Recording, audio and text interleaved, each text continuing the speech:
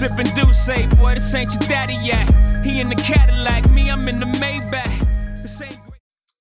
Welcome, ladies and gentlemen, to another episode of Cognac Corner, and I'm your host, Marcus Boston. And today we have a young lady on the podcast, one of the first young ladies on the podcast. One of the first or the first? The first, but I was saying one of the first. I wasn't sure when I was going to drop this one, but apparently, okay. Apparently, this is going to be the first lady on grown ass woman, as she jumped into the damn podcast before I introduced her. Is Chrissy Beck. Say hello, Chrissy Beck. Hello. Thank you for making time to come to the corner with the cognac. And with Marcus Boston. How are you doing today? I'm good. How are you? I'm sweating. I don't know why. Do I make you nervous? I don't like how you said that. And yes, you do. Yeah. Especially with me drinking this cognac in the afternoon. Round of applause for Chrissy Beck making. Oop, that's. Okay, that's. Damn it. Hold on, guys. Sorry. I need a production manager. Sorry, try this again. There it is. There you go, guys. So, how have you been? It's been a while since we've been in the same room together. It's been a minute. Things are fine. Yeah? Doing what we can do. Living the dream. The dream it is. The dream it is.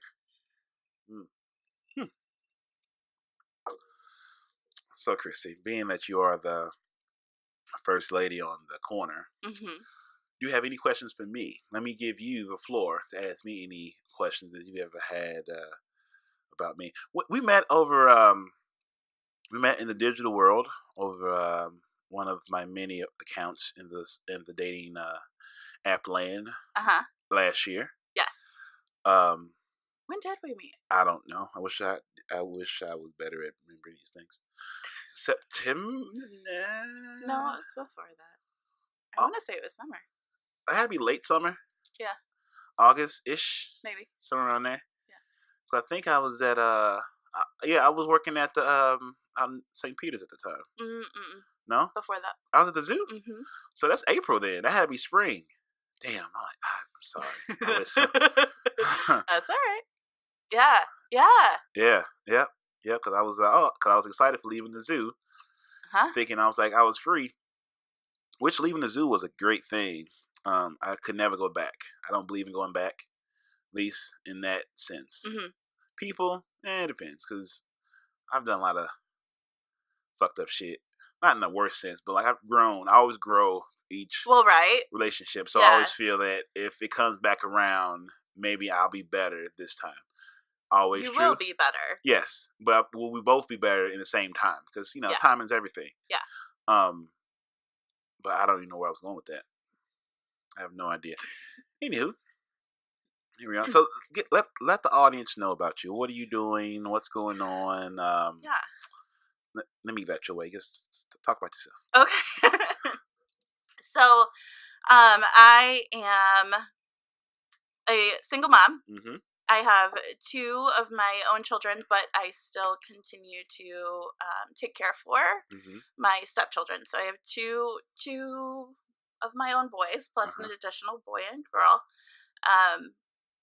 Single mom. We've been separated for about 2 years. In process of divorce. Yeah. So it's busy. I mean, life as a single mom is hard. Woo-wee. I mean, right? It's hard. Yeah. Let's not even I don't want that job second guess that, right? Like, it's hard. And also being a professional. So I started out in education, but transferred to nonprofit in a world that benefits kids. So being a single mom, but also a hardworking professional, I mean, that's hard out there. But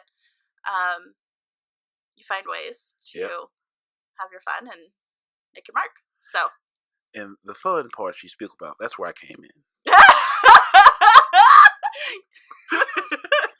Always a good time, Marcus. That's right. That's what I am here for. I learned a long time ago that, Marcus, maybe someone needs to be the lifeguard on the beach. Oh, okay. You know, sometimes you got to help those fine ladies come out those treacherous waters with bad men, broken hearts. You know, help them rehabilitate, get them prepared to go back out in the water and a better sense of themselves. And so I'm the David Hasselhoff of the world, and that's probably why I haven't quite bought into myself. I feel like limiting myself to one person right now would be selfish. Oh. So I like to make time for those that are in need. I'm a philanthropist at heart. Okay, great. So I love to get back to the children, give them perspectives that maybe they wouldn't have seen or thought of, and also the single mothers. So I like it's a win-win for everybody involved. I want to make everyone better. You know, my cost is not very high. I think it's very reasonable, and I feel like I give more, but I receive great as well. But I feel it's always a very, very fair correspondence or agreement. David Hasselhoff of relationships. I like to think so. Okay. You know, not saying I have not been a great boyfriend, husband, father. I have no children. I know how to be such, but at this time, God wants me to teach and heal and repair. There you go. And release. It's like, you know, like what, you know, when them animals play in the channels, you know, you find a wounded animal, you nurse it back to health, you get it right, you love it, you appreciate it, and then you release it back into the wild. Yeah. That's what I do. Oh, okay. And I've been really successful with it. Yeah. I think so. Yeah. Well, and I will say, I mean, I'll be very honest with you. You're a really good person to be around. Go ahead, Chris. In general. So, like, and you're brilliant. You're very smart. Yep, go ahead. Stop it. I mean, loud yet. Go ahead. I'm not making your head bigger, am I? It has room to grow. But you also bring a very level-headed approach to conversation.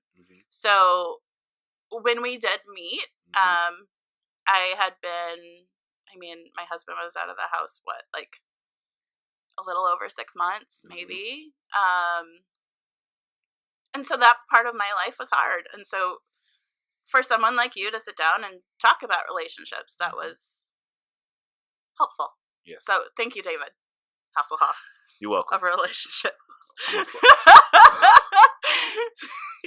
so stupid. I give you a beach body in my red little shorts. Be like The Rock in the last one. You better get your slow run going.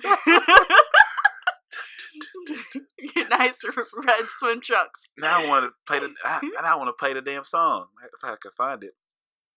I thank you, and I try to be. It's I would say it's hard, man. It's like a lot of women are damaged and not always their fault. Yeah. I always try to educate myself on who, what, when, and why. Right. You know, and I always give my mother praise on not necessarily direct teachings, but indirect. Like I've never seen her needed to find her value in a man. She's been divorced once. She's remarried. Her husband's my age. And at no point I ever felt the need to where, like, she was always good at being her. We always was good. You know, she was herself. And like, so, no, like when people, you know, you sort of replicate the kind of household you're raised, you know, born into and see around. Like, she was always good. We've always been in the same place. It's been stable. And, you know, I don't know the details in and outs of her relationships with men, but what I've seen, okay, I can see, well, she ain't taking no bullshit. Sure. And she's being her best self. Right. And peace is always the rule of the house. Right. To let no one take her peace of mind away. Yeah. Her peace. You know, the house is, till the day, if I come through, like, why the lights off at 8:30? Like, y'all in the bed already? Like, what? But that's just how they're on the schedule. And I think I had a hard time with accepting who she was and her and the struggles that single moms go through in high school and young, because she wasn't available to be at games and shit like that. So I had a hard time and shared plenty of tears. Like, why can't my mom be here to support me like these other parents are? Because your mom is all she got, and she got to go to work. She doesn't work the 9 to 5. Then she worked a full-time job. It was on off schedule. You know, so I had to, and like now I'm used to having an off schedule. So like a regular 9 to 5, like every day. You have a weekend time for that 7 months. When I was working out there, I was like, wow, this is what regular people go through. This shit is horrible. I'm used to like hustling and working crazy hours and being flexible with my thoughts and my time, to where that has bled over to everything that I do. And I'm grateful for it now. Yeah. I think another big thing I think about my grandmother, she always said, there's a time and place for everything. Right. And I get those lessons as I've grown up. And like, even to this day, they're allowing me still to grow. And also, I made decisions that to where I'm not forced to make adult decisions, because no one depends on me but me. You know, like, I always have my concepts on relationships and love. I'm like, if it don't fit, I ain't, you know. One thing, thank God I didn't get a car until I was 25. Because if I got a car before then, I probably would have 2 kids. No question. That's when that's when you're early 20s, when you're all the silly shit. Well, right. I had to go home at 1:30. I didn't have a car. It dropped me off. Yeah. But everybody that was out and about in that time are all now like, oh, now look Mamas at you. and Mamas and daddy. Right. 1, 2, 3 times right. over. So, oh, look at you guys. That's why I ain't talked to y'all in a while, because y'all ain't got time. Yeah. I got plenty of it. Yeah. You know, I can do what I want when I want to. Right. But all those different, not having those, lack of a better word, anchors, has allowed me to explore and meet people and be available to where, you know, when the opportunity shows up, I was able to do things. Yeah. I didn't have to, you know, organize picking up kids or dropping, all that stuff that goes along, the sacrifice that required to being a parent. Sure. You know, so, and, you know, here we are, and that's why I'm still, you know, saving lives. And right. And going back to when we met, it was an important time for me, because I had been separated from my husband, my ex-husband. Who knows what he is at this point, right? We were separated.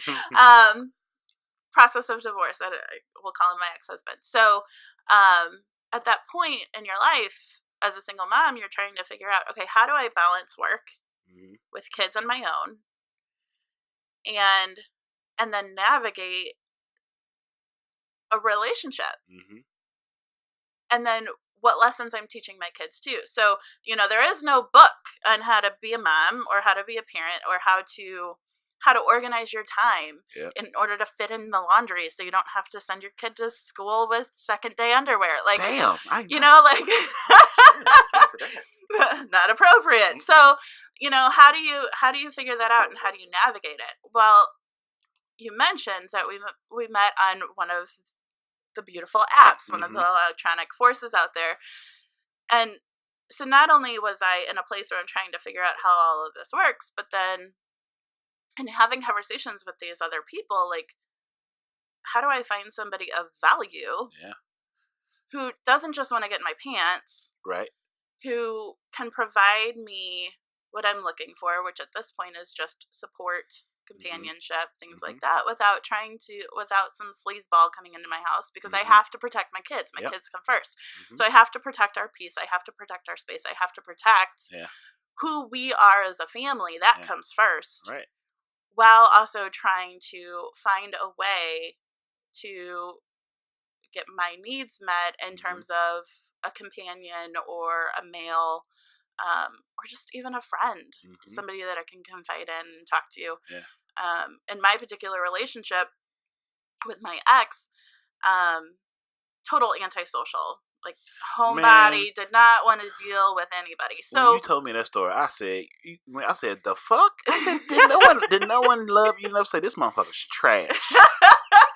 And I try to tell my friends, my girlfriends, that they've gotten less. But no, they've gotten less because they've all finally got there. The one that I miss the most is my girl Michael. She's engaged now.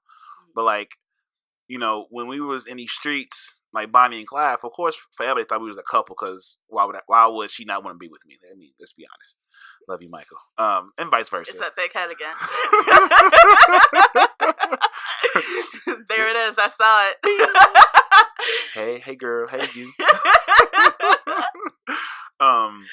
And like she always was herself.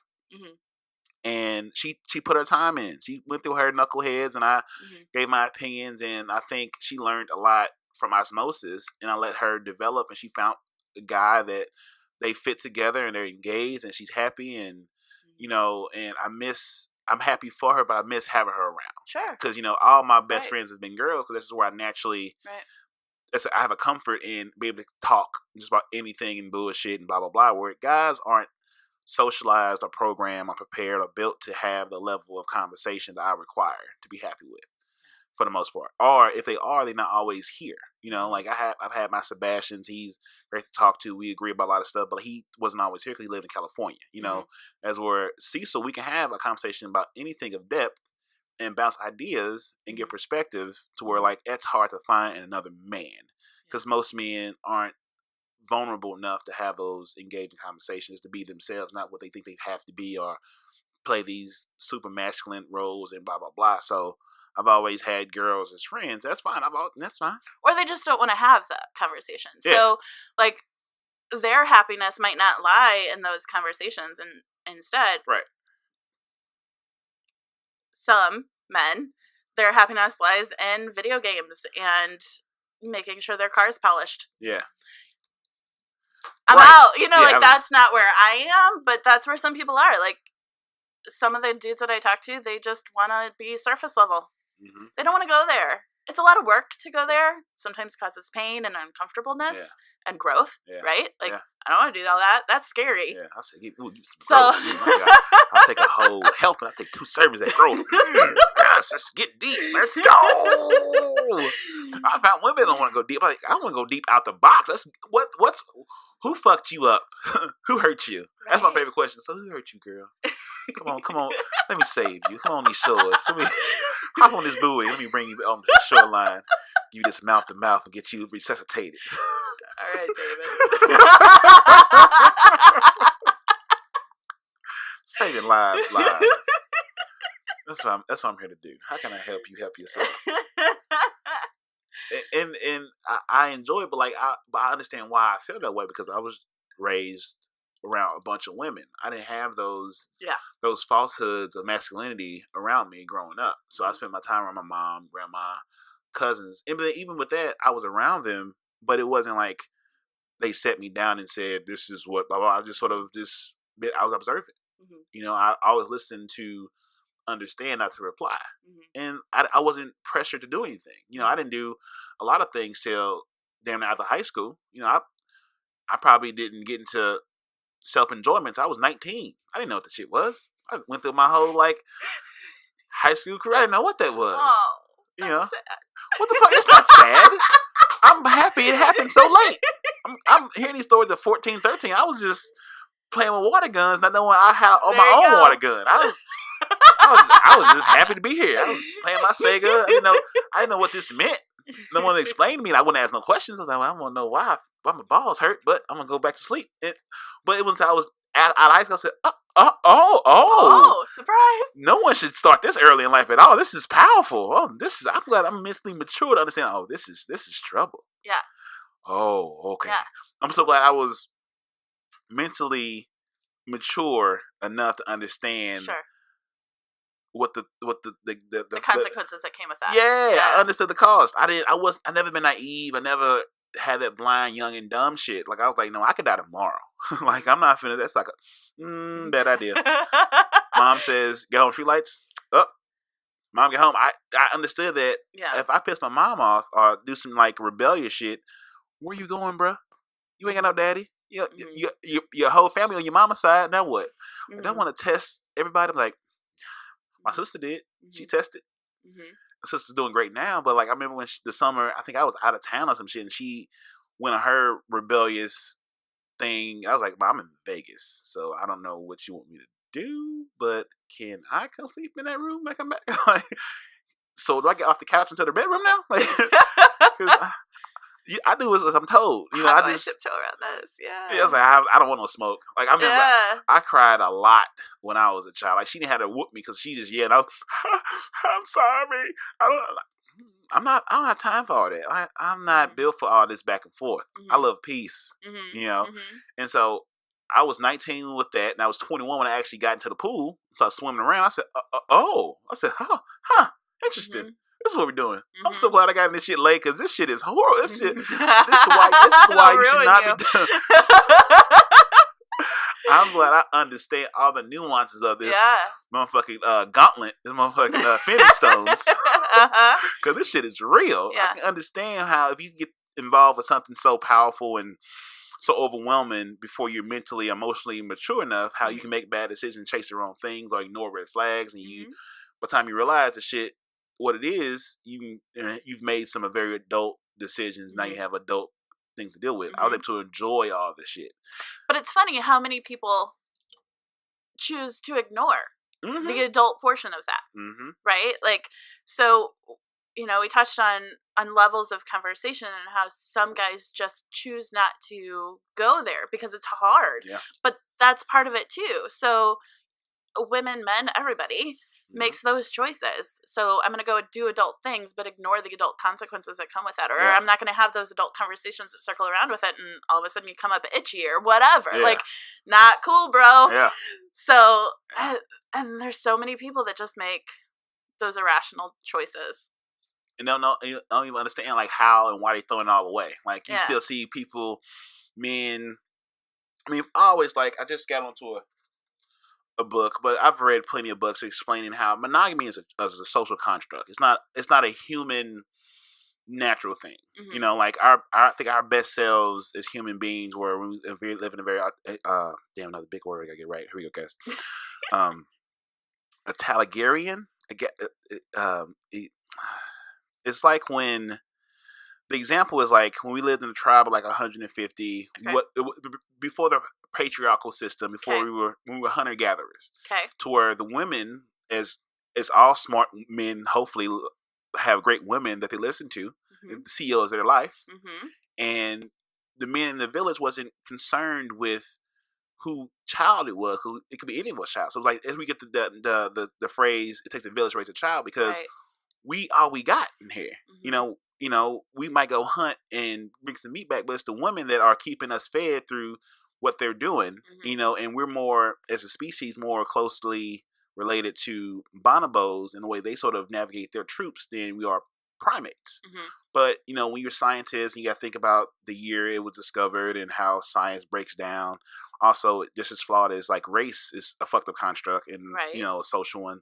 So it's monogamy. Then you throw in, you know, the cost of that's a choice. So like, everyone doesn't understand the sacrifice it takes to be with only one person. When as a human being, you're going to urge after a while to be with somebody else. Absolutely. Or you don't understand that if you don't keep that same energy, that you're going to start looking elsewhere, and that it can happen. You don't plan for it, but if you're not taking care of home, all the women that I've saved over the years from drowning, were oftentimes looking to be satisfied in emotional and intellectual ways. Yeah. Because the person they were with, the man was taking it from granted, got used to it, and they let the woman part of them become dormant. And I came through with, you know, a match and some gas, and, you know, and was just there, and just let them return them back to being a woman. And once you win her mind, the body follows. Now, we don't get into the details of what happened with her body followed, but the most important part of of what I was there to do was to return her back to her true self, because it makes her a better person beyond me, and give her tools and skills that can carry on beyond me. Now, sometimes that sort of failed in it's fucked me over, and I'm like, damn, I made showed her too well. Like, it'll work no more. Fair enough. I gave you all of it. So now it's like, I can't hit you with that. I can hit you with that. Suck. No, Marcus. Damn. Moment of silence. You still growing, huh? Then you start using my shit against me. I'm like, hold on, man. Hold on. Like, I taught you that goddamn move. That was my line. I was like, fair enough. Like, now it's like, all right, well. I had a situation where, like, you know, we met. She was at the end of the divorce, end of the marriage, but was still holding on because all she knew for 20 years. We kicked it. I'm just living my best life, looking like a peacock, you know, smiling, cheese, and smelling like new money. Ain't had a dime, but I can make it. I can give you my energy. And it ran its course. She was leaving. And we got close, and just everything sort of fell into it. But the whole point of me was to return her back to what she was. Like, hey, I hate the word cheating, but men cheat for ego, women cheat for emo. Mm-hmm. Mostly, usually. And I'm reading this book right now called Untrue, and sort of explains how men still think that women are these non-human, sexually needing, that they can't just have sex for reason of having sex. They have to have emotional reasons. That's not always true. Mm-mm. Like, no. The arrogance to think that only men operate that way is stupid, because women cheat way better than men by a lot of it. Well organized. So I admire it, and I make sure I learn a lot. Absolutely. Because they smart. They fucking brilliant. Hell yeah. Hell yeah. All fucking day. And men are stupid. Men are stupid and arrogant to think that kind of shit. So the point of that story was, like, she returned to her best self, and that came to an end. And I just sort of highlighted like certain things that, like, if he wanted to be there, he would have said certain things, would have been certain way. But, like, she didn't want to, she had a kid that was finna go to in the high school. Like, I knew from jump we could never be a thing, because we're culturally different. I would be the once he found out who I am, he was like, "Oh, you with that guy?" Jeez. You see my energy, right? He's not gonna receive. I can't come to the family reunion like, "Hey guys," so I got it, but I understood it from jump. Like, this runway is what it's gonna be. Yeah. And when the movie ended the first time, it should have been the end of it. Yeah. She's moving to Georgia. Yeah. We had a good time. It ran. We had a bunch of shit together and blah, blah, blah. And I'm like, damn, I've always had glimpses of being in a relationship that works. I understand my role, her role, and like how it evolves and adjusts as you grow together. But at the essence, we can be together and not say nothing and be chilling. And like, I like my shit. You like your shit. You ain't gotta like my shit. That's okay. I don't gotta like your shit. Do your shit over there. It's okay. I want to miss you. Don't blow me up all goddamn day, because I'm like, what? What? I'm doing shit. Just come over and hang out. Yeah, like I like peace. I like to do shit. Like I like to be at home. I like to be out. I like the balance. And I had no problem bringing you to my world, and I was okay with not coming to yours to understand. You have more to lose than I do. I ain't got shit to lose. Now, if I understand he might feel what he feels, and I respect that. I won't cross that bridge to over there and hang out in your part of town. Sure. But I also know, like, you catch these hollow points if you come over and decide to. Like, I can't be naive to think, like, maybe he figure out who I am or see. Like, I was out, and then back time I was out here posting crazy shit on, like, Tumblr, and I was out here nasty guy. I had a nasty couple years where I was just posting the most nastiest, outrageous shit on my Instagrams and shit. I've grown. The nasty's still alive and well. I just have a better.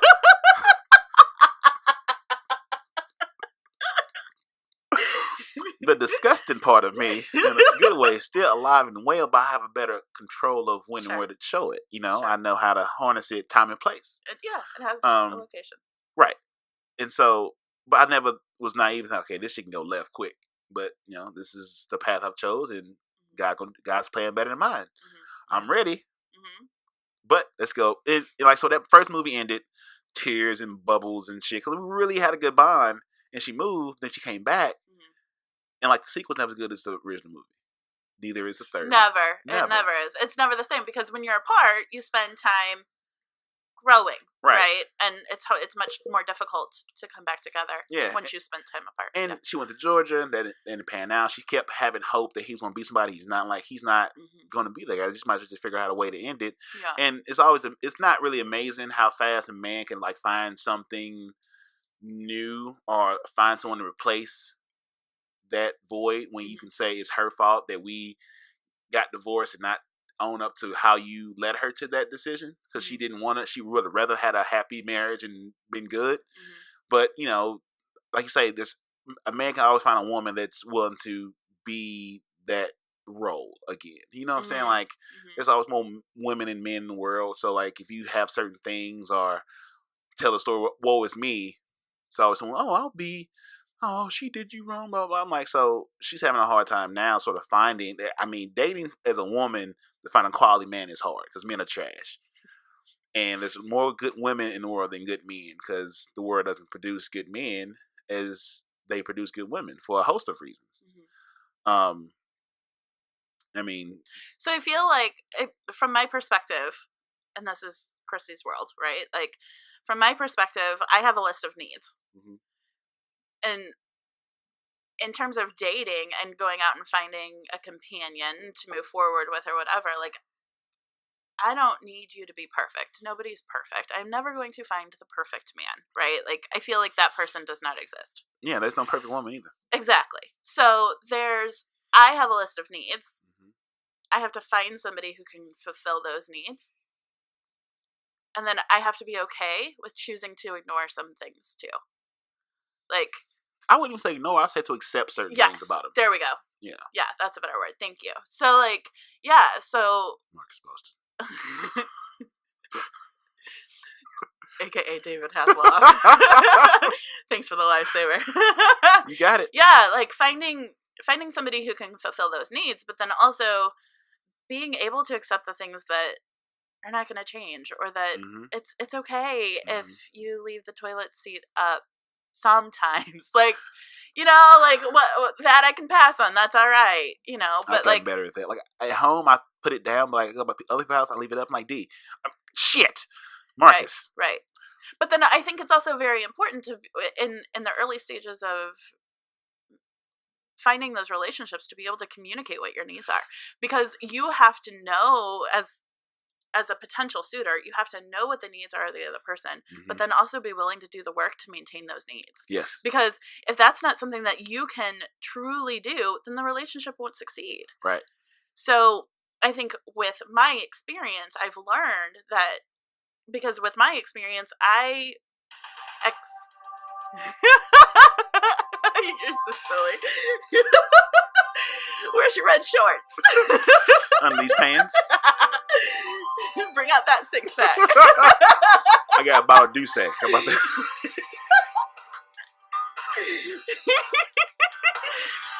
That's so silly. I'm sorry. Get that. Yeah, right.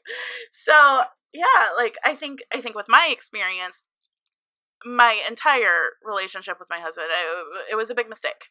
Mm-hmm. It was a mistake. I accepted things that I shouldn't have accepted because they were needs of mine. Yeah. But I was too young, and we moved too fast for me to really know what my needs were. I was mm-hmm. young, and we moved very fast. And so it started off on the wrong foot. Had I spent more time getting to know him and getting to know us in the relationship before we got married, it would have been fine. But I would have realized earlier that this just wasn't meant to be. Yeah. And that's fine. But I think, it's so important in finding those suitors to be able to know yourself and be able to communicate what you need as a person up front. Mm-hmm. Because there's no need to get to know somebody beyond that if they can't provide for those needs. Yeah. And being willing to grow, like, I guess, it's so funny when I drive Uber and Lyft and shit like that, like, you know, people, like, the guy today was like, you're so deep for a driver. I'm like, bruh. It's all these podcasts I listen to. I'm fucking brilliant, and I read books, player. I don't say I have it figured out, but I have a very good idea what the fuck's going on in these streets. Don't you notice David Hasselhoff when he walks in the door? I played a song again? I think it's a game. Oh.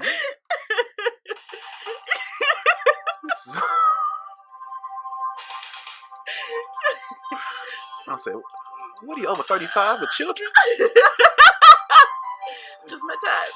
You just, oh, that's my type. How you doing, young lady? How can I help you? You got a great smile and say, yes, I do. Check out my energy. Keeping the same, feel the vibe. All these vibes for you, girl. You feel like you young again. That's my type. I ain't got no type. That's a goddamn lie. Young people are tough. These young ones are horrible. But God bless y'all, whoever you may be. I don't know where I was. The theme song threw me off. What was I talking about? Oh, wait. What were you talking about? I was talking about fulfilling needs. Yeah, like, and I was telling him, like, everyone does get the opportunity to get to know themselves. You're born, you have to sort of, depending on where your parents at, where they going through, the time they have to spend, them being able to get to raise you to be themselves. Are they raising you to be who you are? It's who they want you to be. Right. And then you put in these different social. And then you have to figure it out yourself, right? Because you've been taught these things, and then your body or your mind or whatever, who you are, tells you another thing. Yeah. So then figuring out for yourself who you are. And then you put in social situations, based on your economics or your location and what, then this, you should be this and you should be that, or that ain't right, or you shouldn't love him, about like all these different things that can deter you from getting a chance to develop, put you in a situation to make decisions maybe you're not able to handle yet. Yeah. And then these consequences you're not prepared for because no one tells you, your mom might have been together for 35 years, but she didn't tell you your daddy had a whole other family on the other side of town. Your daddy, you think your daddy was motherfucking great, your daddy wasn't shit, your mom was fucking a mailman. They don't tell you all the scars, but they tell you all the anniversaries and it's going to motherfucking Cuba, and they don't tell you the night she cried alone, all that kind of shit. Like I feel bad that they don't tell you all those stories, and they give you the Disney version, not the true story. You know what I'm saying? That you grow up thinking life is sweet, and life's a motherfucker. Life don't give a fuck about you, and shit can happen quickly. And when you think you got to figure it out, or you above it, that's when you find out your motherfucking husband or wife have been sleeping with their boss for 10 years and your daughter of 9. You can do the math. You know what I'm saying? So nothing is beyond, in my mind, no one's behind anything. So nothing ever surprises me. But like I say, I wasn't raised under the veil of, love is amazing and this is supposed to happen. And but she was like, hey, look. It's hard. It hard. It takes work. Yeah. I gotta like you. The sex thing will get old after a while. You gotta be open and honest with what you do and don't do, willing to do. Like, I need to miss you. I need to love me. No, my mind is always like, I never want a woman to lose herself in me. I want us to be a team. I want us to rule this kingdom. Right. But don't lose what I liked about you because I like it or want it. Like, be what I wanted you to be, and always be willing to open up and do some new shit. You want to go skydiving? Cool. I'm not going. But I'll be down here when you get done. Like, I'm okay with that. I want to, whatever that is, like, it's okay to be your best self and to evolve and grow, but don't feel pressured to be because I don't like that shit. Or don't try to, you mad, I'm sleeping on the couch. Bitch, you mad. You sleep on the couch. I'm on this bed. I'm watching Pornhub. If you good, fuck it then. This shit gonna happen with or without you. I prefer you join me. Yeah. But if you mad about some shit and we had a disagreement, because another thing about my mom's marriage, I've never seen them argue.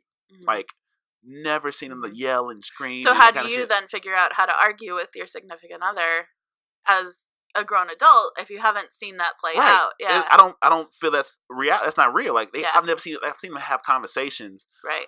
But I've never seen this is I've never seen what people think is normal relationship behavior. I'm like, no, that's not. I'm not finna. We can have a conversation as adults. We might disagree, depends on what we're talking about. But if we don't agree, that's cool. That's fine. Depending on what it is, if it needs something to be, or parenting styles, or what, what's the crazy in your family at? I need to know these things before I give you these seeds, because if I'm testing you forever, I need to know what I'm buying into. Yeah. Because I ain't got time for all this shit. Well, and you also have to know what your boundaries are. So not only coming with what your needs are, but then also what are you willing to deal with and what are you not? Because some things are just off the table. Yeah. Some people are, you know what, I messed up, I slept with somebody, and they'll take you back because that's who they are. That's not a boundary, a significant boundary for them to say, I'm out. For others, it is. So knowing where your boundaries are and being able to communicate, okay, so here's my needs, here's my desires, here's where my boundaries are, and this is my I ain't messing with you no more situations. Yeah. Because I dealt with a few of those and chose to overlook a few of those when maybe I should have taken that lesson in. Girl, you should get pretty ass on this podcast. Stop it.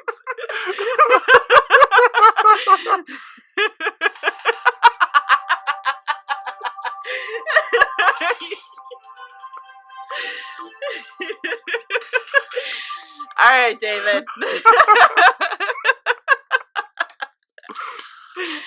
This moment was brought to you by Chrissy Cognac.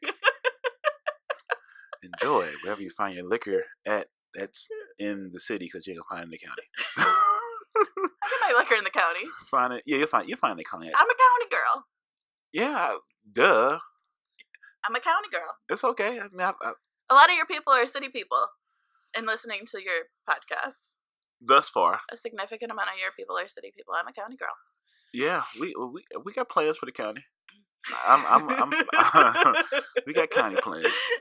Building bridges. Building bridges, not walls. Coming soon to a county near you. Marcus Boston. Hello, ladies. Oh, okay. Get yourself together. Get it together. I'm sorry, guys. Coming to a county near you. You're so silly. Very shortly. But yeah, like, so I guess it's always like, you know, I repeat these statements and quotes all the time. Like, you got to understand, people that understand that people come in life for 3 reasons: a season, a reason, and a lifetime. And I've seen so many times where people get, you know, have kids or make bonds with people that's here for a reason, teach you a lesson, to enjoy a moment. Well, and I think that statement's huge. Okay, sorry. What's huge? I heard that next sentence. Stop it. So that's huge. So I heard you say that on a previous podcast, and that stuck with me because when you meet people, if you go under the guise of, are you here for a reason, a season, or a lifetime? How can I grow and explore life with you? What are the benefits that you're bringing into my, like, that's huge. I feel like in my head that opens my brain up into figuring out how can, in navigating life and building these relationships and being around people, how can we best use our strengths either for this reason, this season, or this lifetime, right? Like, right. I love that statement. Sorry, go on. David. I don't know what's going on. Oh, no, that's how I approach everything. So, like, regardless if it's romantically, just friendship, business, like, I'm always entering the conversation with respect to empathy. Because I know I've been blessed to not go through a lot of shit. Like, I'm like, no kind of crimes or murders or car accidents or tragic cancer. Like, people go through shit. Absolutely. I've made it this far in life not going. I've lost grandparents, maybe a cousin, but, like, I haven't had those, like, tragic 1 a.m. phone calls. Some shit went down, and I'm 34. You know, so I know your challenges came in other ways. Yeah. Right. Yeah. And I embrace. Excuse me? Excuse me. I embrace the good and the bad and trying to find the lesson in them.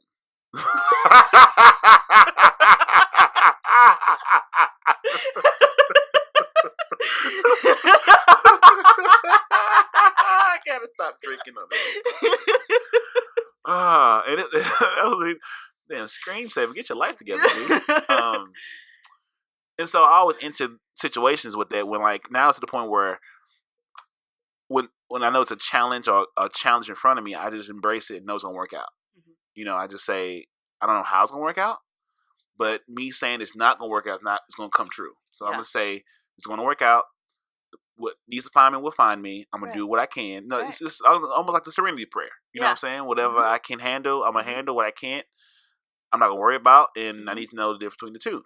You know, and that's just my approach to where, like, this might be just a couple weeks we hanging out, kicking it. I want to give you my best self for what I have available, and let it be. You know, there's situations where we've communicated for years just through text and hang out or snap, but I appreciate that correspondence if I can just give you a smile that day. We don't hang out. Maybe I want to hang out more than you are available, but I'm okay. Right. Like, I'm not mad at I can't have what I want, but I appreciate what I have of you for that moment. Yeah. And that's okay. And you know, I've had making the most of that reason, that season, or that lifetime. That's it. Yeah. Because worrying about what I can't, worrying about, like, oh man, she don't want to. That's cool. Yeah. Somebody else. And sometimes those reasons turned into seasons. Yeah. And sometimes those seasons turn into a lifetime. Exactly. Unexpectedly. And that's fine. Exactly. And I think everyone would benefit more if it's embracing life. Mm-hmm. Like, just first, definitely take time to heal. Take time to realize why that situation, whatever that might be, failed, or you got treated wrong, and lessons unlearned are repeated. L's are not losses; they're lessons. And take some time to, I always get baffled when someone say I'm bored. Like, you know how much shit to do in the world? Like, how, like, turn Netflix off. Like, like, what are you? Now I'm at the point where, like, I ask people, what's your creative pursuits? I hate the question of what do you do. I'm like, I podcast trapping. That's what I do. That defines me. My employment does not define me. Right. I'm not. You're not gonna put me in a box because I don't have a certain monetary value at this moment. But I have something that's more valuable. Is I'm happy, and I can share my happiness. I can teach. I can reach, and it's gonna work out. And I know I've left a good impression of people that if something was to happen at the level, people will be in my corner to get me through it.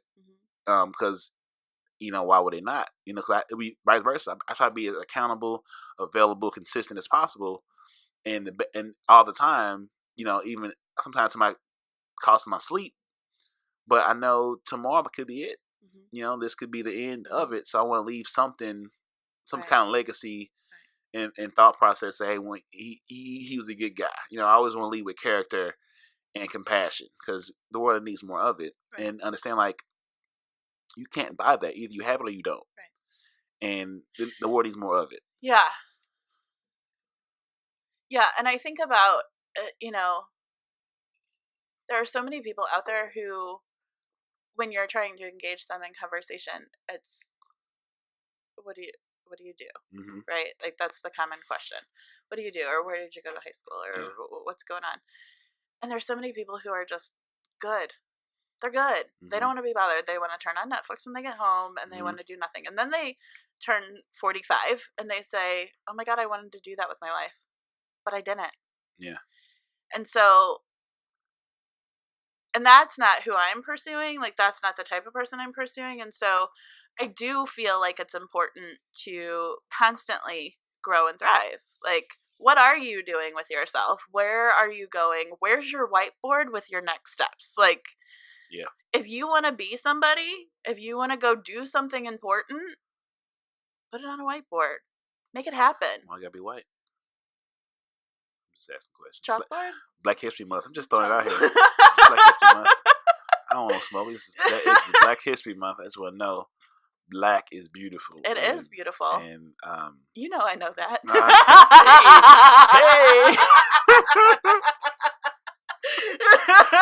Hit him, Bootsy.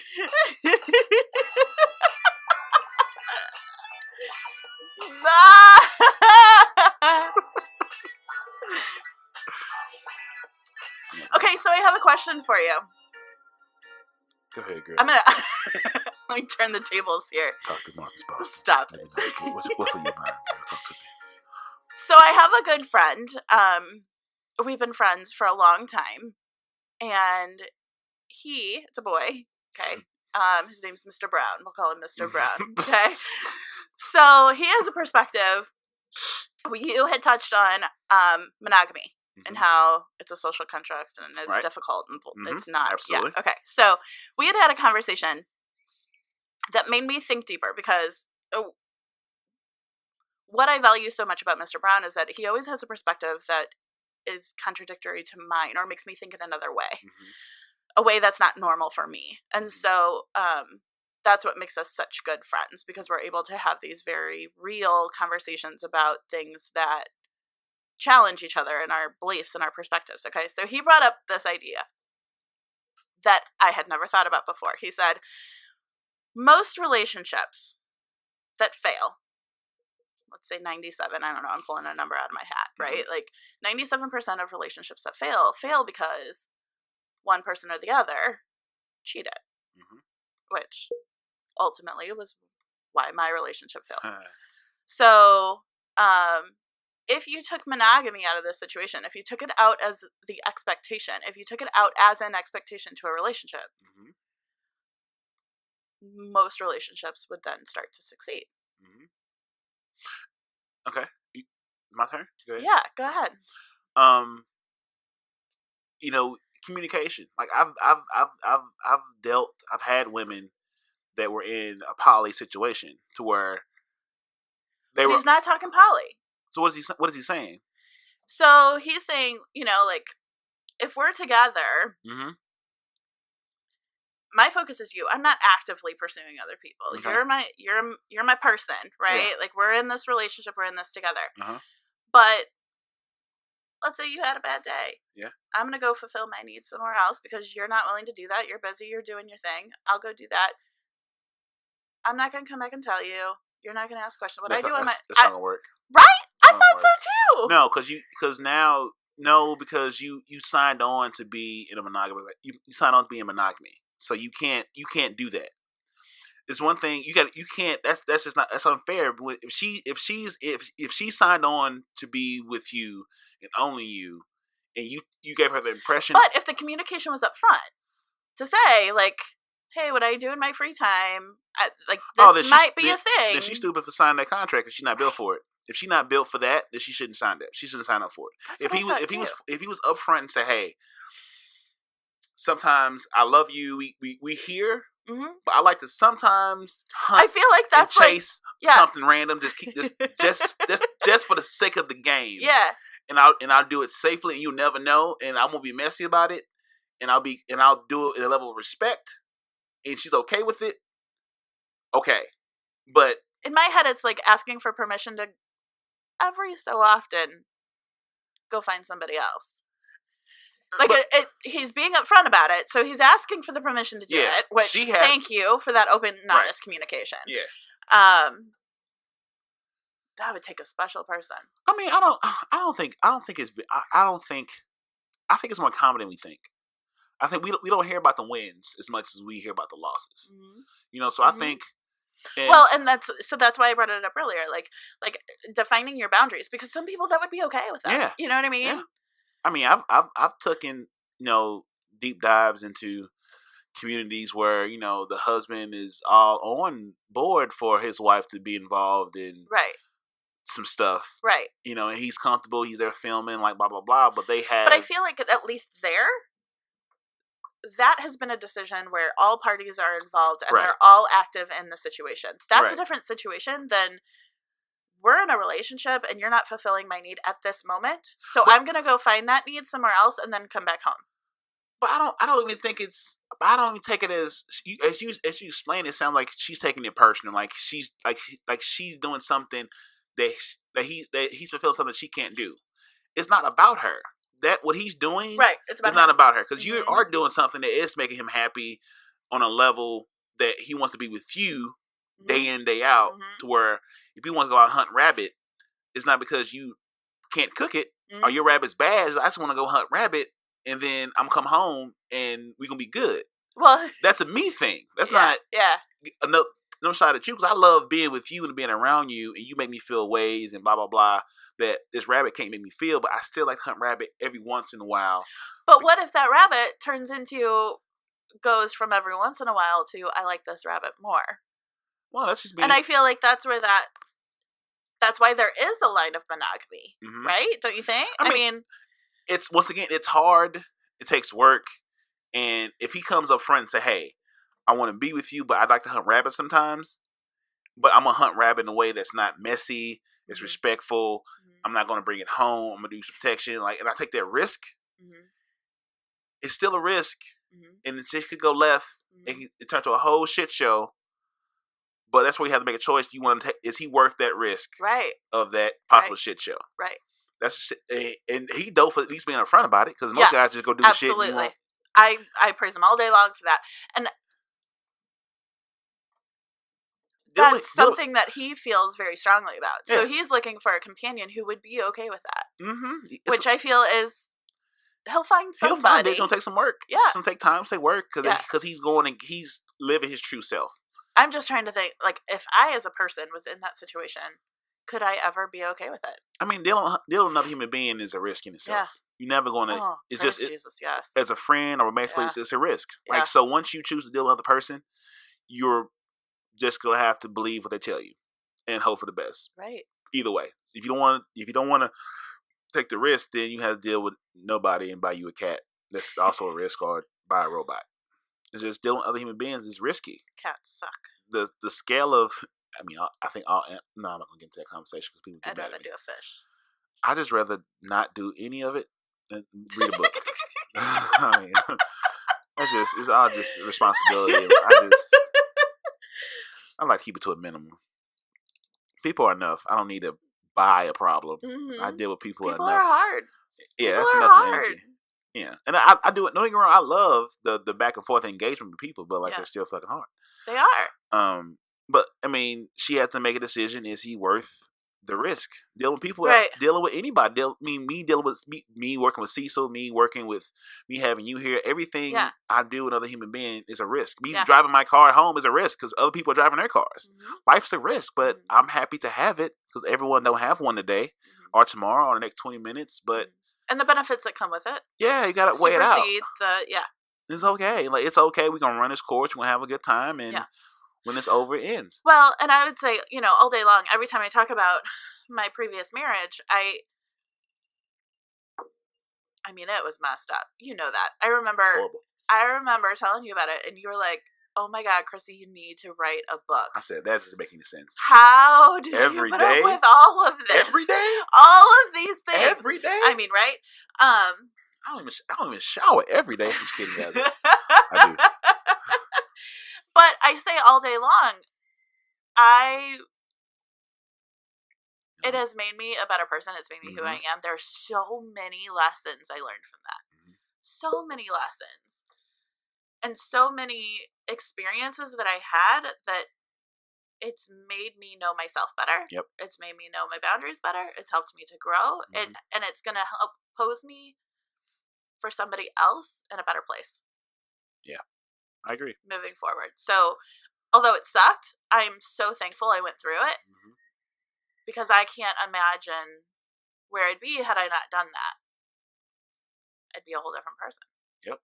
I mean, I think about the same thing too. Like, what if, I used to be upset that my mom doesn't have a car, so I had to be picked up and dropped off for a long ass time, and I couldn't hang out with this girl, and all those kind of like, oh man, if I had this, then I wouldn't be that now. But like, what if I didn't get laid off from that job? What if I would have stuck with that job? What if I didn't take the risk? Or what if I didn't have a car? Like I'm grateful for all that shit because I wouldn't be here in a position to do what I'm doing and have a level of happiness and peace that most people might not never get to because they have so many things put in their way by their own fault and just by life, situation. So. The rainbow always comes after the rain. Yeah. So, and there's so much to learn and grow from in the rain. Yeah. You got to enjoy the rain as much as you enjoy the sunshine. Yeah. Like, it's cold outside. And it's hard to do. It is so hard to do that and appreciate it when you're going through hard stuff. I think you got to prepare for it. Like, one interview question was like, how do you handle stress? I'm like, I know it's temporary. Yeah. I know it's something in here I can learn from it. So those days that are dark and I don't find valuable, I say, well, let me prepare myself for those days because I know it's coming. Mm-hmm. So let me have things around me to sort of gravitate towards, to involve myself with when that shows up. And then when it's over, it's easy to get through, And I see how you would be, you probably handle your stress way better than I do. I'm way more spasmatic. You're more level-headed and calm, cool, collected. I'm a spaz all day long. I freak out. I have my moment of crazy, like, oh my God, call every person I know. Bring the forces. Help me out. Call the cavalry. Right? But there is so much value. And for me, it's hard to get to that place of, what am I going to learn from this? Mm-hmm.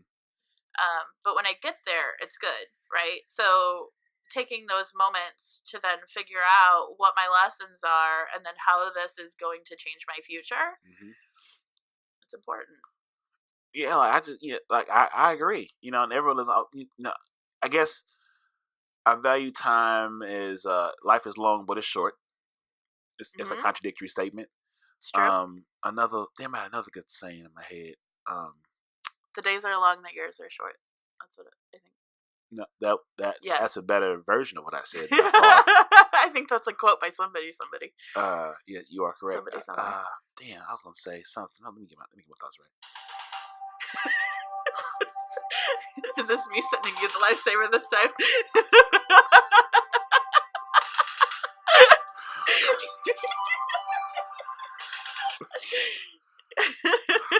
Oh man.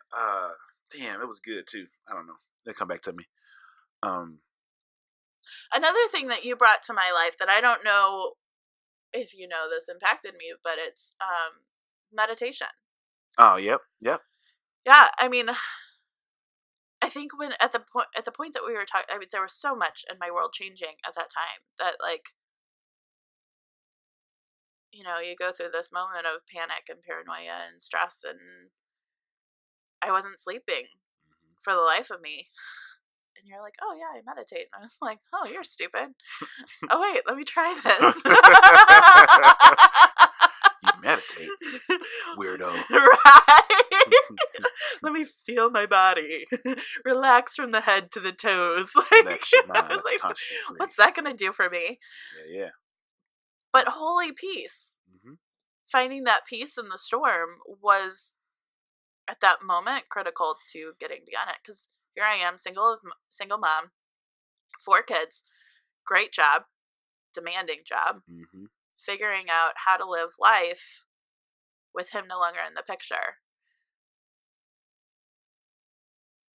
Holy tornado. Like, shit. And to find that peace in those moments, that was how I was able to sleep.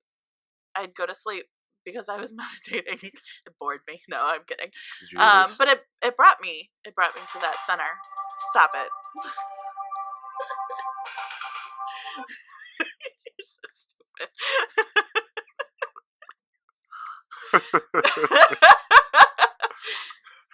I want to remember what the damn saying, that quote I was going to say. I got nothing, bro. I can see it, but I can't. It's not coming to my mind. I have no idea. Though. Oh man, Chrissy, I had all these fucking questions I wrote out, and we talked about everything besides these questions, but our conversation was better than the questions I came up with. These boring ass questions. I'm curious what the questions are. Okay, here we go. So here's one. How did you look at men and relationships growing up? So growing up, I actually, like you, I was late to the game. Mm-hmm. I had one guy show interest in me young, 7th, 8th grade. Uh-huh. I had a couple guys show interest in high school, but I wasn't interested in them. I wasn't interested in being in a relationship. Mm-hmm. I didn't have my first boyfriend until after college.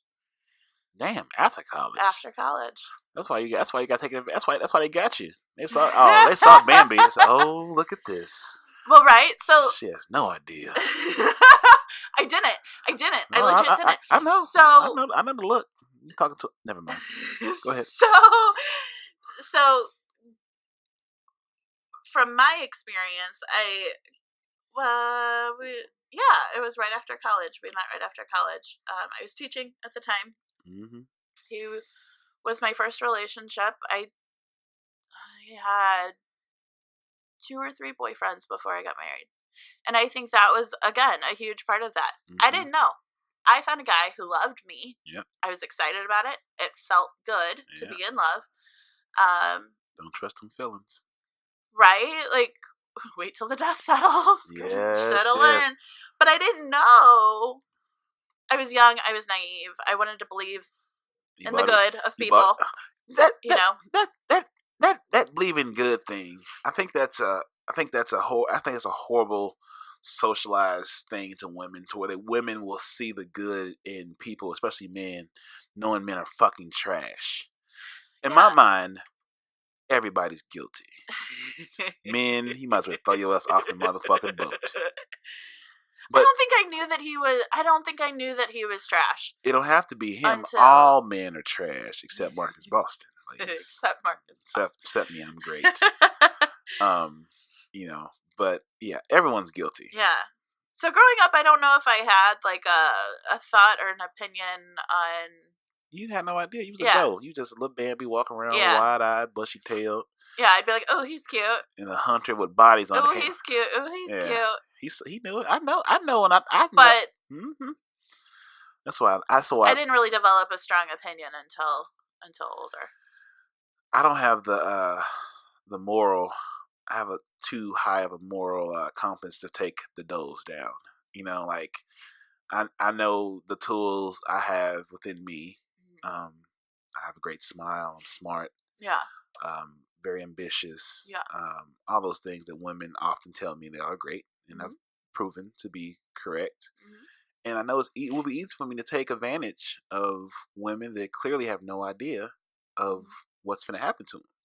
That's why I choose, as being a morally aware human being, to deal with to spend time with women that are more seasoned. Yeah. Because I want to learn something. She's going to teach me something, and I know we're on equal playing field. You know, and that's just I've always dated older women or older mature women because I know that it's easy to manipulate, and I know how they're socialized to be at that age. I don't want to be that person. You know, they're gonna want too much of me than I want to give, and they don't have the seasoning. I like a nice, well seasoned meal. I don't want no Hot Pocket. I don't want a piece of roll. I want a full course, slowly prepared meal in an apron. Just to give a visual, I want a person that can put a meal together. Not someone that's just gonna read the directions and put them in the microwave. No. Now, and in return, she gets David Hasselhoff. See, I wasn't gonna play this music no more. Since you brought it up, now that we're here. You know, I like to pull them out of the water that they've been thrown into.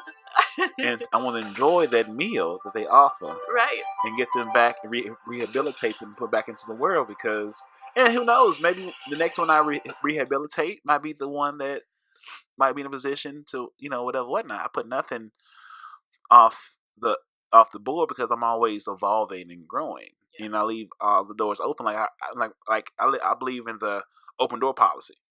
I'm not going to beg you to stay here. I'm not going to beg you or plead to come back. You want to leave? Something I did that to you was so offensive and, some type of way, all I can say is sorry.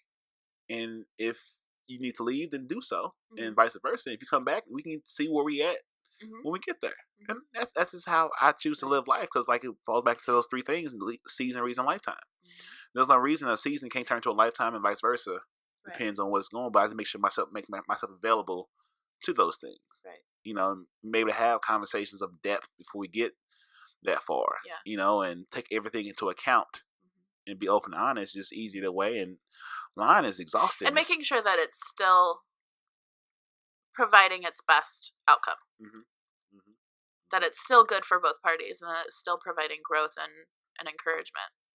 Yeah. Yeah. If you're not looking to help and serve other people, then what are you here for? My life is not about me. It's about how I can find ways to serve other people in ways that I couldn't imagine. I still want to get back to my Big Brother stuff and all those type of things, and just being essence and presence. So anyone I choose to attach myself towards in that way has to be on that same growth and open-mindedness and not be attached to some kind of flawed belief system. Even if you might believe in something, but be open to saying that maybe what you believe in is trash.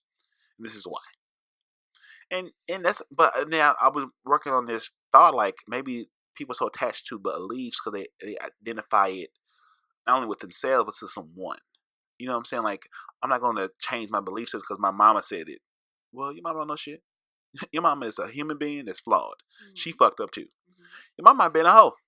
You don't know what your mama was before she was your mama. Your mama had a whole life of popping that pussy before she became your mama.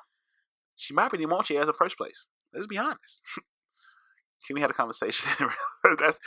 Are you able to have that conversation? Because that's the fair conversation. I mean, it's just saying. Okay. I mean, everybody mama wasn't a motherfucking saint. Most mamas wasn't playing. Your mama might have been twerking.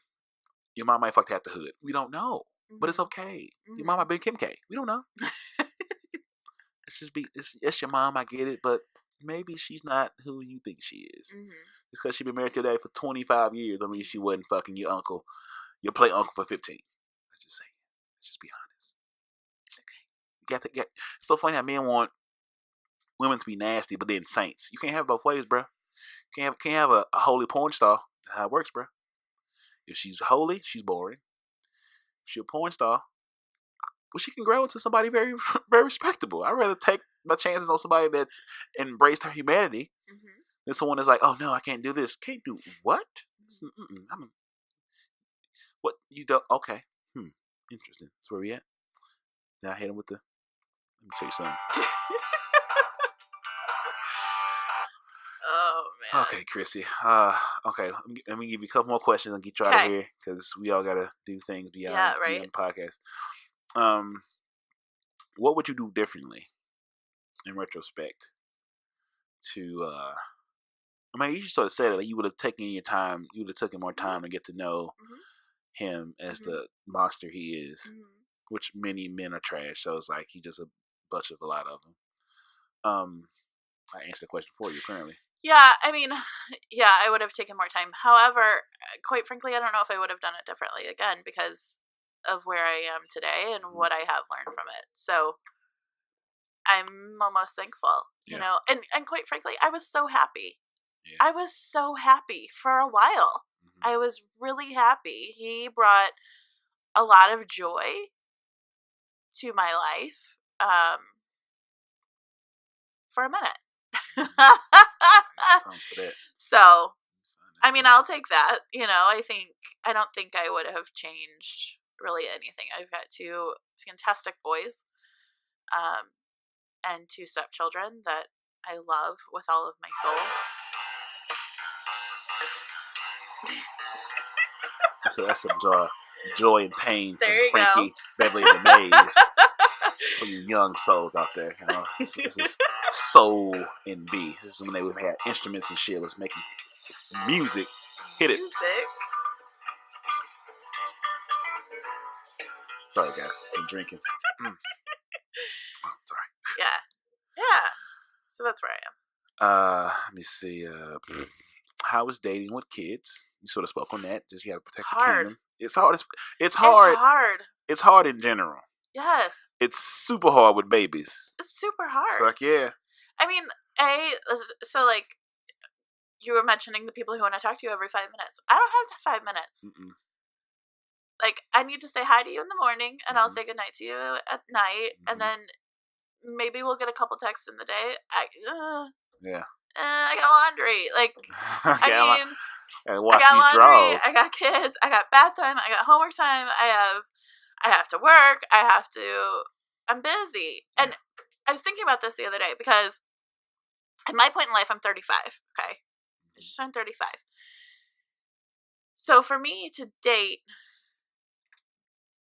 the majority of my pool is people in my situation. So dads who are divorced who have partial custody of their children or whatever, right? So the system is set up that kids are generally with mom Monday through Friday and they go to dad's on the weekend or every other weekend. Okay, so if I have my kids Monday through Friday and he has his kids on the weekend, I ain't never gonna see you. Unless we introduce babysitters or ma or what. Like, I ain't never gonna see you. Oh, that's so sad. Like, and then this is where Marcus comes in. I mean, like, to date a single dad is hard. Fuck yeah. I mean, I wouldn't know because I ain't got no kids, but go ahead. Probably it's turned into a commercial for myself. I'll come in next time with posters. Hate me. If you need to be saved, come to the beach. I'm available Monday through Friday. I'm available. I can make it fit into your schedule. Is that your number one seller? That's really all I need. Free on weekends. I can come through the week and I go to sleep. I can come on the weekends. So we can figure it out. I am available. I do drive. bring my own overnight bag. I will be going before I go to work in the school in the morning. I mean, really, it is like so yeah. Trying to keep them protected, keep them out of the drama that comes with any of that. Figuring out what kind of person is the person I'm okay with introducing to my children. I mean, up until the last year or so, my kids didn't even know male friends of mine. And to this day, they only know 2 of them. Yeah. And those are legit friends, not like friends with a little something on the side. They're just friends. And so like really identifying, but I feel like for my children, because of the situation that I'm in, I feel like it's so valuable to bring other males around my children so that they can learn different lessons and way to be. Right. Not saying that their dad isn't a good role model or a good father, because he is a good father. But they bring other strengths that my kids, and other lessons that my kids would benefit from. So figuring out, like, are you trash? Are you not trash? I need to know you at least like a year and a half to determine, are you trash? And if you're not trash, okay, now you can meet my kids. Like, you want to come over for pizza night? All right, cool. But then how do you navigate that also with your ex? So I personally would have a hard time if he were to bring a girl around my children. I'm never having children. I'm out, guys. I mean, it's just hard for me to be like, okay, I don't know her, and what lessons is she bringing to my children? Because it's something that I care so much about. So, like, he and I have had that conversation of, okay, if I'm in a relationship with somebody and I'm to the point where I want that person to meet the kids, and they are going to meet that person as my boyfriend, I'm going to have the respect and courtesy to tell you about it first and offer you the opportunity to meet that person too. Do you have to do that? No. Do I choose to do that? Yes. Do I expect the same in return? No. Would I like it? Yes. So if he chooses to bring a girl around my kids, and the fact of like a girlfriend, this is my girlfriend, I would appreciate the courtesy to say, hey, I'm bringing her around. Do you want to meet her first? I would like to. Yeah. Does that mean you can't make your own choices? No. Do your thing. You're going to live your life however you do it. But, I mean, I would appreciate that first. I don't know. We'll see. It's hard. Yeah, you guys, all of you fine single parents, dads, moms, have sold me that I'm out. Yeah.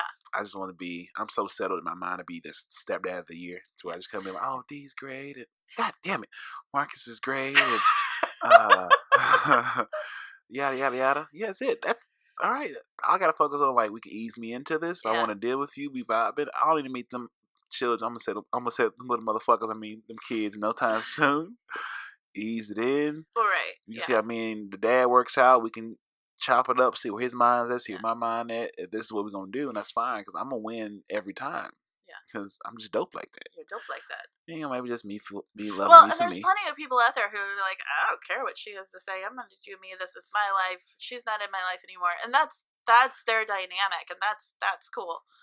That's just not how I function. Yeah, I mean, your life is about your kids, man. You gotta do what's best for the babies. Yeah. Best for the babies. Okay, that's my question was trash. Was how do you come across while trying to find love? That's stupid. Why don't women put up with it? Hit that already. We did. I said I had a second. we talked about that. Okay. Another was dig into Marcus, but I think you already asked me a question, didn't you? This is the segment of you got to dig into Marcus. See if anything you want to dig into me about. Dig into my mind perspective. I mean, I think you've commercialed yourself out of this episode. I mean, I wasn't really I was just having a conversation. Being into seasoned women. Mm-hmm. Okay, so coming from the perspective of you are a single guy with no children. Yep. Say it again. Who's into... Say that one more time. Whose preference is a seasoned woman. Mm-hmm. What are your biggest challenges in dating somebody in that realm? them accepting my freedom and sense of not conforming to what they're used to. Me being as super positive, super outgoing, super like, it's like, why do you want to be with me? I'm like, I'm with you because something about you I enjoy. So don't stop self-doubting or self-questioning why I'm choosing to spend time with you. Just enjoy what we have going. And can I define what we're doing yet? No, I don't know yet. I'm still figuring my shit out. I'm not settled in what I want to do, but I do want to enjoy our time together and see where it goes. That's probably the biggest thing. Like them not be, they've been so used to being in a structured, confined thought that when I approach them saying like, hey, what do you want? What's your creative pursuits? You work. I don't understand. You work at Blue Cross Blue Shield, the vice president, blah blah blah. That's cool, but who are you outside of that label? Right. Who are you? Not what are you? As in like occupation. Who are you? Some people find their value in their occupation though, and that's why they answer it that way. Cool, but that's not true. Right. I feel that's a goddamn lie. So if you lose that job, tomorrow, then what you have?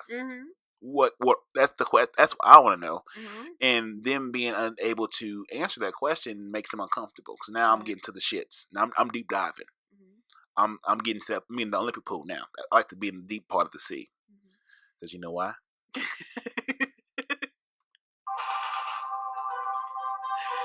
I like to dive deep. And a lot of women that are used to being in those, usually dealing with guys to give you those shallow surface conversations, they're like, damn, this motherfucker going deep. Yeah. Get your friends on. We going deep. We going down to the abyss. I'm like Aquaman. If I had Aquaman body, I wouldn't own clothes. Walk around with a sling all day.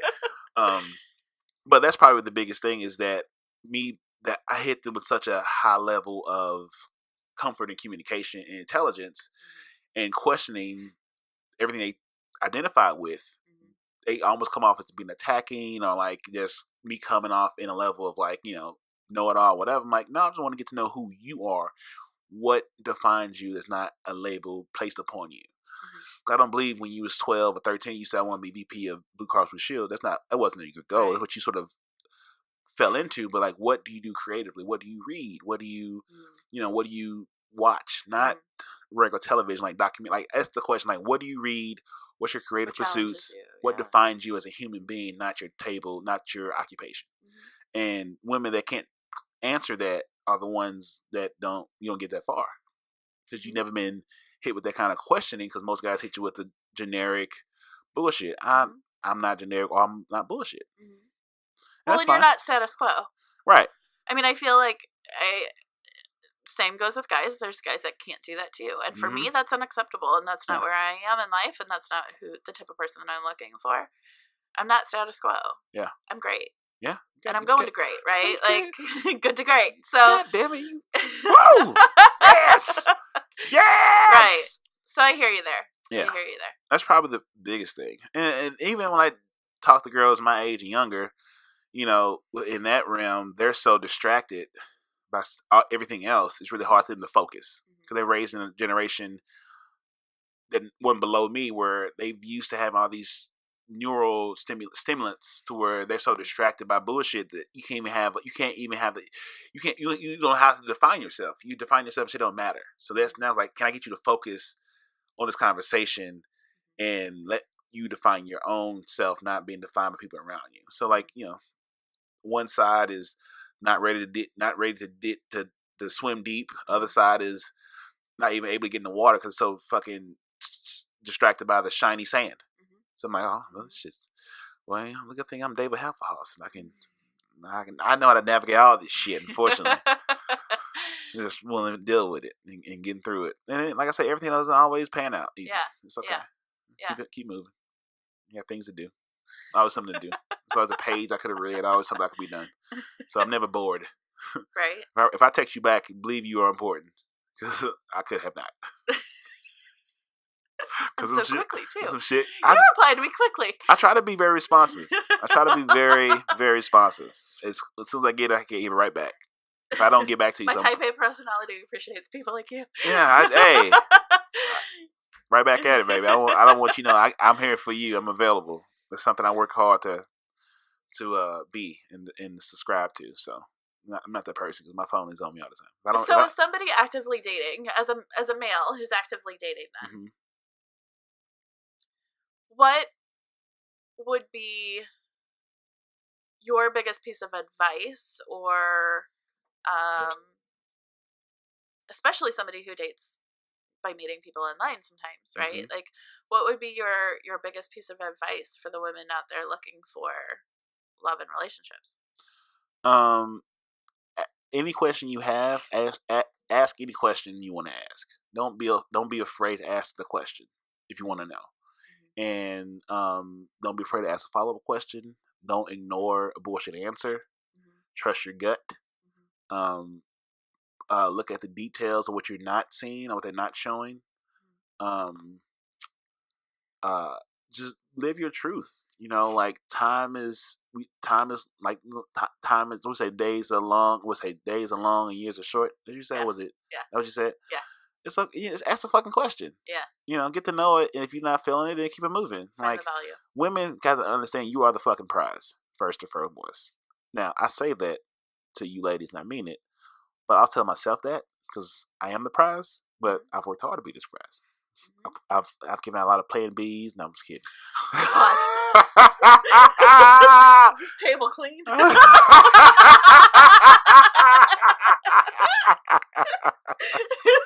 Where's the Lysol wipes?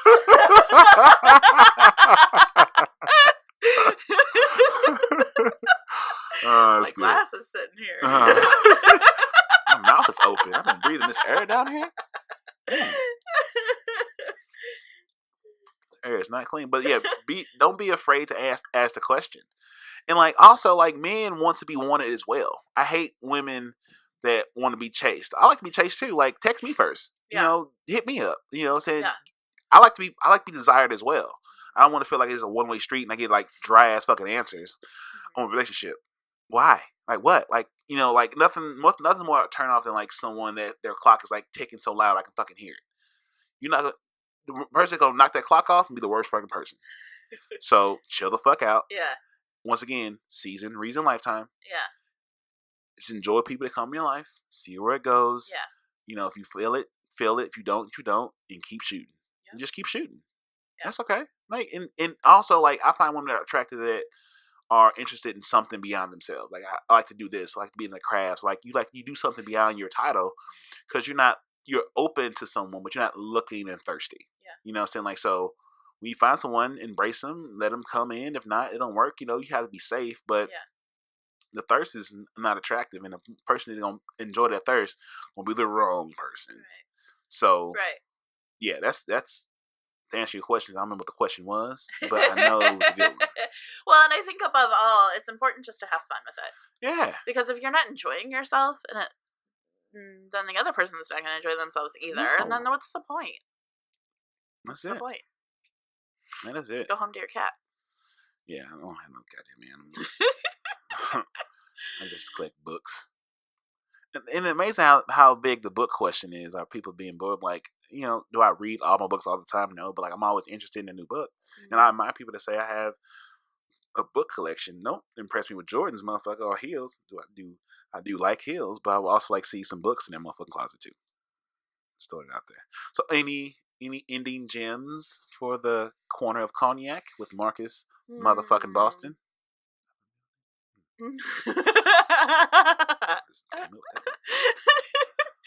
I would say for me it's take your time and have fun. Mm-hmm. I think that overall that's the biggest lesson that I've learned through my relationships and where I've been and where I'm going. There's no hurry. There's no hurry. What are you all in a hurry for? I ain't going anywhere. You're not going anywhere. Like, let's just enjoy ourselves. Let's have fun. Let's get to know each other. And like, for me, the words only go so far. It's more the actions, and the actions take time. Mm-hmm. So pause, enjoy where you are, grow together. Take the opportunity to grow together through time. Yes. You showed us a pretty ass, girl. Stop it. If you hear this song, you know what time it is. So silly. Well, everyone, let's thank Chrissy Beck for coming to the corner of Cognac as the first lady of the corner. Thanks for having me. All you people. All you fine folks in the audience out there, give another round of applause. God damn it. God damn it. All right. Well, I am Marcus Boston. This has been Cognac Corner. As usual, love yourself, love each other, and time is all we got, so make it count. Marcus, darling. Hey, how you doing?